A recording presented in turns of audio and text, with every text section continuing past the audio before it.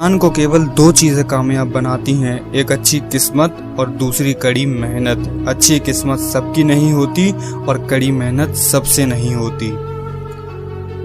जब इरादा बना लिया ऊंची उड़ान का तो देखना फिजूल है कद आसमान का। मुसीबतों से ही निकलती है शख्सियत यारों, जो चट्टानों से ना उलझे वो झरना किस काम का। दिन के उजाले में तो कांच का टुकड़ा भी चमकता है। दोस्त अगर तुझ में हीरे की चमक है तो रात के अंधेरे में भी चमक के दिखा।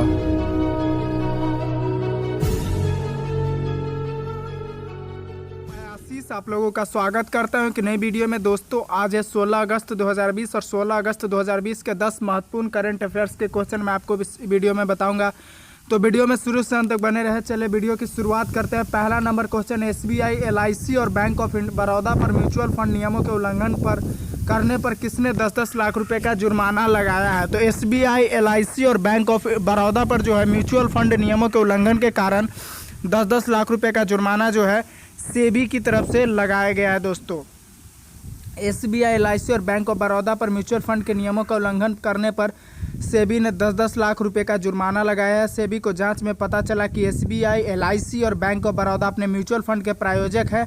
इन सबके पास 10-10% से अधिक की हिस्सेदारी है।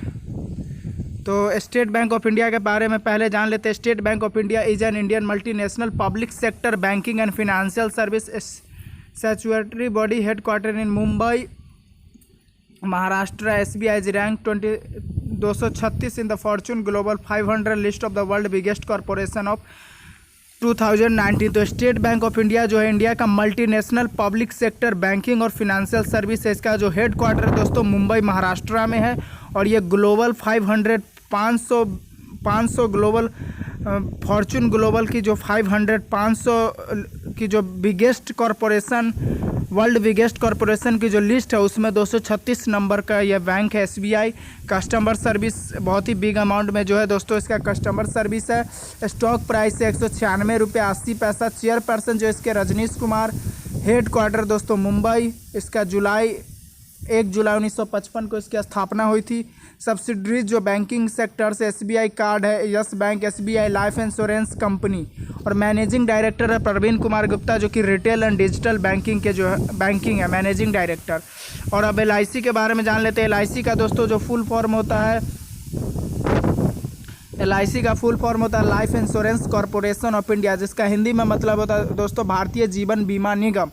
Life Insurance Corporation of India is an Indian state own insurance group and investment corporation own by the government of India. तो इसका जो LIC का जो ऑनरशिप है दोस्तों वो गवर्नमेंट ऑफ इंडिया के पास है और इसका जो जितने भी इंश्योरेंस का ग्रुप और इन्वेस्टमेंट कॉरपोरेशन है वो सारे का जो मतलब कार्य होता है वह सब गवर्नमेंट ऑफ इंडिया के देख रेख में होता है। और चेयरपर्सन इसके MR कुमार।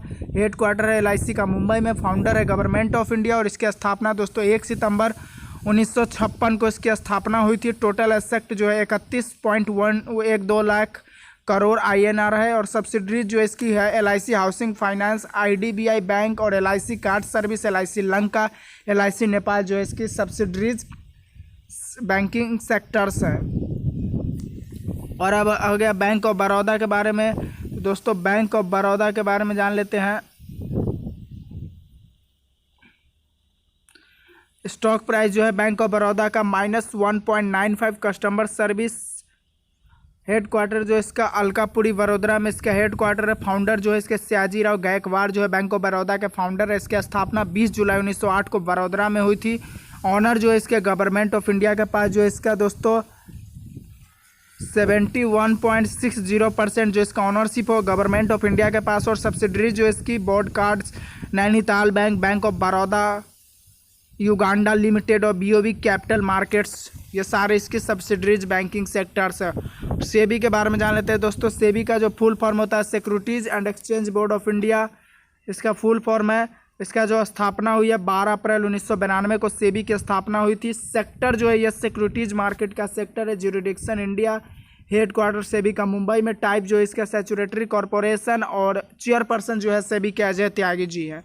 2 नंबर क्वेश्चन है फ्लिपकार्ट जो कि ई-कॉमर्स वेबसाइट है फ्लिपकार्ट, उसने भारत के पश्चिम बंगाल और उड़ीसा में शराब पहुंचाने के लिए किस कंपनी के साथ साझेदारी की है? तो ई-कॉमर्स वेबसाइट फ्लिपकार्ट ने भारत के पश्चिम बंगाल और उड़ीसा में शराब की को डिलीवर करने के लिए स्टार्टअप डियाजियो के साथ साझेदारी की है। स्टार्टअप डियाजियो, फ्लिपकार्ट ने भारत के पश्चिम बंगाल और उड़ीसा में शराब की डिलीवरी के लिए स्टार्टअप डियाजियो के साथ साझेदारी की है। अब फ्लिपकार्ट के ग्राहक अपने पसंदीदा अल्कोहल का ऑर्डर कर सकेंगे, जिसके बाद ही बार उसे रिटेल आउटलेट से लेगा और फिर डिलीवरी जो उसकी कर दी जाएगी। तो फ्लिपकार्ट के बारे में जान लेते हैं। Flipkart is an Indian e commerce company. तो फ्लिपकार्ट जो इंडिया की ई कॉमर्स कंपनी है, based in Bangalore Karnataka India. तो इसका जो ये जो है बेंगलोर और कर्नाटका में जो ये बेस है, it is founded by Sachin Bansal and Binny Bansal in 2007। तो दोस्तों इसकी स्थापना जो है सचिन बंसल और बीनी बंसल के द्वारा 2007 ईस्वी में की गई थी। कस्टमर सर्विस काफ़ी बिग अमाउंट है इसका। फाउंडेड जो अक्टूबर 2007 में बेंगलुरु में इसकी स्थापना की गई थी। CEO जो है इसके कल्याण कृष्ण मूर्ति हैं 2017 से। और सब्सिडरीज जो है इसकी Myntra, e cart, PhonePe, up stream commerce limited, ये सारी इसकी सब्सिडरीज है। और फाउंडर जो है सचिन बंसल और बीनी बंसल, और पेरेंट ऑर्गेनाइजेशन जो है वॉलमार्ट है। 3 नंबर क्वेश्चन है, श्रीलंका के राष्ट्रपति राजपक्षे ने पूर्व नौसेना प्रमुख जो एडमिरल श्रीलंका के पूर्व नौसेना प्रमुख एडमिरल डैश को विदेश सचिव नियुक्त किया है। तो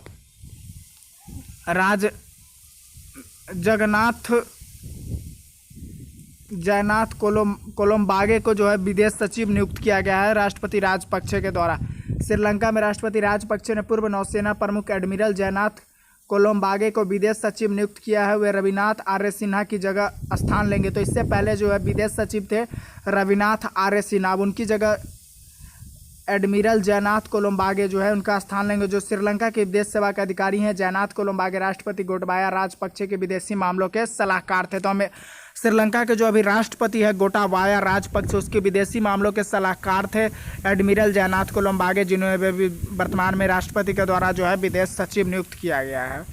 4 नंबर क्वेश्चन है, 74वें स्वतंत्रता दिवस पर PM नरेंद्र मोदी ने लाल किले के प्राचीर पर कौन सी बार तिरंगा फहराया? तो इस वर्ष जो है 74वां स्वतंत्रता दिवस मनाया गया। तो लाल किले पर रेड फोर्ट पे जो है प्रधानमंत्री नरेंद्र मोदी जी की तरफ से 7वीं बार जो है तिरंगा फहराया गया। पूर्व प्रधानमंत्री अटल बिहारी वाजपेयी को पीछे छोड़ते हुए प्रधानमंत्री मोदी ने 74वें स्वतंत्रता दिवस पर लाल किले की प्राचीर पर 7वीं बार तिरंगा फहराया हुआ है। लाल किले पर सबसे अधिक 17 बार प्रधानमंत्री जवाहरलाल नेहरू ने तिरंगा फहराया, उनके बाद दूसरे स्थान पर इंदिरा गांधी। तो दोस्तों इस सूची में जो है पहले स्थान पर है भारत के सबसे पहले प्रधानमंत्री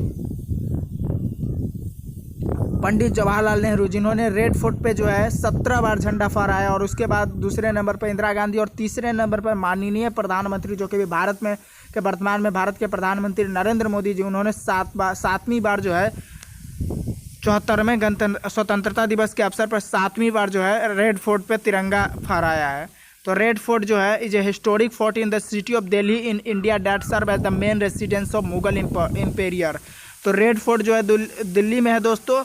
इम्पेरियर Shahjahan commission construction of the Red Fort on 12 May 1638। तो शाहजहां के द्वारा रेड फोर्ट की जो स्थापना है 12 मई 1638 को की गई थी, जब भारत की राजधानी आगरा से दिल्ली शिफ्ट हुई थी। आर्किटेक्ट जो उस्ताद अहमद लाहौरी के आर्किटेक्ट है। बिल्ट 12 मई 1639 से 6 अप्रैल 1648 तक। इसे बनाने में लगभग 8 साल 10 महीने और 25 दिन लगे थे। काफ़ी इंपॉर्टेंट पॉइंट है दोस्तों, इसे याद कर लेना। लाल किला जो है 12 मई 1639 को बनने की इसकी शुरुआत हुई थी और 6 अप्रैल 1648 को जो है दोस्तों यह बनकर पूरी तरह से लाल किला कंप्लीट हुआ था। इसे बनाने में 8 साल 10 महीने और 25 दिन लगे थे। आर्किटेक्चरल स्टाइल जो इंडो इस्लामिक मुगल स्टाइल और हाइट जो है 18 से 33 मीटर और हेरिटेज डिजाइनेशन जो है वर्ल्ड हेरिटेज साइट और design and world heritage site 2007 31st region. 5 number question है, यॉर्क यूनिवर्सिटी की रिसर्च के मुताबिक पिछले कितने साल में धुआं रहित तंबाकू के सेवन से होने वाली मौत की संख्या में 3 गुना इजाफा हुआ? तो पिछले 7 साल की रिसर्च के मुताबिक धुआं रहित तंबाकू के सेवन से होने वाली मौत की संख्या में 3 गुना जो है बढ़ोतरी हुई है। मौतों की संख्या लगभग 3,50,000 हो गई है। रिसर्च के मुताबिक धुआं रहित तंबाकू से होने वाली बीमारियों में भारत की 70% जो है हिस्सेदारी है। तो यॉर्क यूनिवर्सिटी जो है is public research university in Toronto Ontario Canada. तो यॉर्क यूनिवर्सिटी जो है कनाडा में टोरंटो में है। It is Canada 3rd largest university और ये यॉर्क यूनिवर्सिटी जो है कनाडा की तीसरी सबसे बड़ी यूनिवर्सिटी है। And it has approximately 55,700 student. तो इसमें लगभग 55,700 स्टूडेंट पढ़ते हैं और 7,000 faculty and staff and over 3,25,000 alumni world wide है। तो इसमें लगभग 7,000 फैकल्टी एंड स्टाफ है और स्टूडेंट की संख्या जो है 55,700 अप्रोक्सीमेटली है। Under graduate tuition and fees जो है domestic tuition 7,758, CED international tuition 26,978.4 CED जो है इसका इंटरनेशनल ट्यूशन है। और टोटल इनरोलमेंट जो है 53,000 है। सब्सिडरीज जो है इसकी Schulich School of Business, Osgoode Hall Law School और मॉस्कोट लायन है। 6 नंबर क्वेश्चन है दोस्तों, निम्न में से किस हेल्थ केयर कंपनी के निदेशक मंडल ने नाम बदलकर पार्कवे रखने का फैसला किया है? तो फोर्टिस हेल्थ केयर के कंपनी के निदेशक मंडल ने इसका नाम बदलकर पार्कवे रखने का फैसला किया। तो फोर्टिस हेल्थ केयर कंपनी के निदेशक मंडल ने फोर्टिस हेल्थ केयर का नाम बदलकर पार्कवे रखने का फैसला किया। पार्कवे IHH हेल्थ केयर बेरहाद का ब्रांड है दोस्तों। IHH हेल्थ केयर बेरहाद अब फोर्टिस हेल्थ केयर का नया जो है प्रमोटर बन चुका है। 7 नंबर क्वेश्चन है, भारत ने मालदीव में कनेक्टिविटी परियोजना के लिए कितने मिलियन अमेरिकी डॉलर क्रेडिट और 100 मिलियन अमेरिकी डॉलर अनुदान के तौर पर देने की घोषणा की है? तो 400 मिलियन अमेरिकी डॉलर जो है भारत ने मालदीव में कनेक्टिविटी परियोजना के लिए अनुदान के तौर पर देने की जो है घोषणा की है। भारत की तरफ से मालदीव में कनेक्टिविटी परियोजना के लिए 400 मिलियन अमेरिकी डॉलर क्रेडिट और 100 मिलियन अमेरिकी डॉलर अनुदान के तौर पर देने की घोषणा की है। यह 6.7 किलोमीटर का प्रोजेक्ट GMCP मालदीव में सबसे बड़ा सिविलियन इंफ्रास्ट्रक्चर प्रोजेक्ट जो है होगा। 8 नंबर क्वेश्चन है, भारत सरकार ने कोरोना वायरस से मुकाबले के लिए एंटीगुआ और बरबूडा को कितने मिलियन अमेरिकी डॉलर की सहायता देने की घोषणा की है? तो अमेरिका एंटीगुआ और बरबूडा को जो है भारत की तरफ से 1 मिलियन अमेरिकी डॉलर की सहायता देने की घोषणा की गई है। भारत सरकार ने हाल ही में कोरोना वायरस से मुकाबले के लिए एंटीगुआ और बरबूडा को 1 मिलियन अमेरिकी डॉलर की सहायता देने की घोषणा की है। इस राशि को देने का उद्देश्य कैरेबियन देश में स्वास्थ्य क्षमताओं और बुनियादी ढांचों में जो है सुधार लाना है। एंटीगुआ के बारे में जान लेते हैं दोस्तों। Island in Antigua and बरबूडा।